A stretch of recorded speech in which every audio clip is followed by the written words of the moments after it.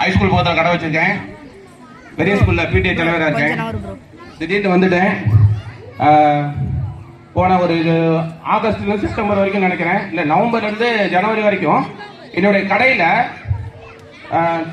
25 திருக்குறள் சொல்கிற பிள்ளைங்களுக்கு ஒரு 20 ரூபா டைரி மில்க்கு, ஒரு 20 ரூபாய்க்கு பேனா கொடுத்தேன். 50 திருக்குறள் சொல்கிறவங்களுக்கு 50 ரூபா டைரி மில்க்கு, அப்புறமா 25 ரூபாய்க்கு பேனா கொடுத்தேன். 100 திருக்குறள் சொல்கிறவங்களுக்கு 100 ரூபா டைரி மில்க்கு, 50 ரூபாய்க்கு உள்ள பேனா கொடுத்தேன். அதில் வந்து ஒலிம்பியா ஸ்கூலில் படிக்கிற பிள்ளைங்க ஒரு 2-3 பிள்ளைங்க வந்து சொல்லிச்சு. 5வது படிக்கிற பிள்ளை 100 திருக்குறள் சொல்லிச்சு.